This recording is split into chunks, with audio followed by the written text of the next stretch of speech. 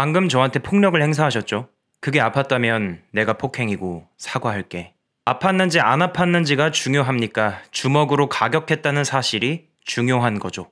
지금 제가 말씀드린 것은 손석희 씨가 김웅 씨와 주고받은 대화의 일부분입니다. 녹취록 전문이 궁금하신 분들은 유튜브에서 손석희 녹취라고 검색하시면 바로 나옵니다. 제가 앞에 말씀드린 것은 분량 문제로 아주 짧게 말씀드린 것이고 그 상황 전체의 분위기를 확인하시려면 녹취록 전문을 반드시 보셔야 합니다.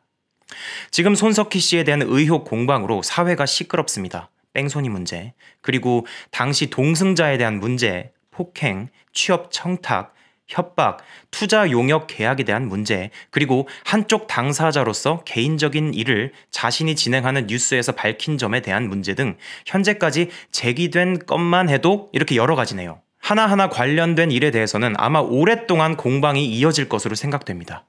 끝까지 밝혀지지 않는 부분도 분명히 있을 것이고 계속 새로운 의혹이 추가되면서 한동안 시끄럽겠죠. 그래서 저는 섣부른 판단을 최대한 줄이고자 좀 더 지켜보다가 이 일을 다뤄보려 했는데 녹취록 전문을 듣고 나서 이 폭행에 관련된 부분만큼은 여러분들과 얘기를 해볼 만한 것 같아서 영상을 이렇게 찍고 있습니다. 여러분들, 형법상 폭행이 무엇인지 제대로 알고 계십니까? 폭행이라고 하면 우리 머릿속에서는 굉장히 강력한 이미지들이 먼저 떠오르는 것이 사실입니다. 막 두드려 맞고 막 피 터지고.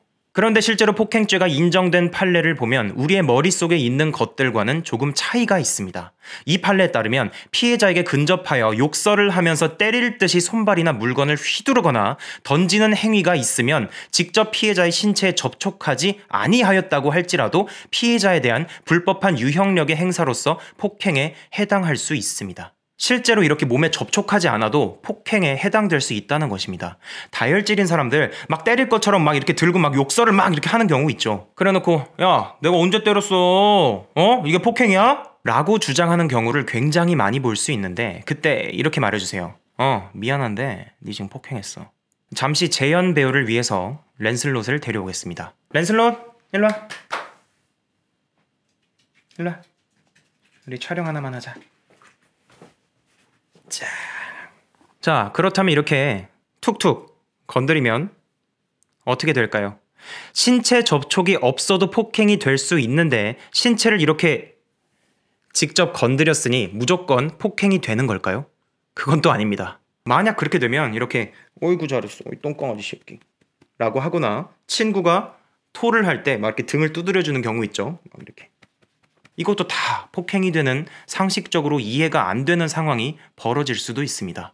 자, 이제 쉬어. 판례에서는 어떤 행위가 사회통념상 용인될 수 있는 정당 행위에 해당한다면 처벌하고 있지는 않습니다. 그러니까 손석희 씨 측에 따르면 이렇게 쳤는지는 알 수 없지만 정신 좀 차려라 라고 손으로 툭툭 건드린 것이 사안의 전부라고 했는데 손석희 씨가 실제로 했던 행위가 사회통념상 용인될 수 있는 정당 행위에 해당한다면 아까처럼 말이죠. 폭행죄로 처벌받지 않을 수도 있는 것입니다. 물론 이 툭툭 쳤다는 것이 사실이라면 말이죠. 1월 28일 현재까지는 손석희 씨가 발로 자기 무릎을 쳤고 그 다음에는 주먹으로 어깨, 광대뼈, 턱을 가격했다고 주장하고 있기 때문입니다.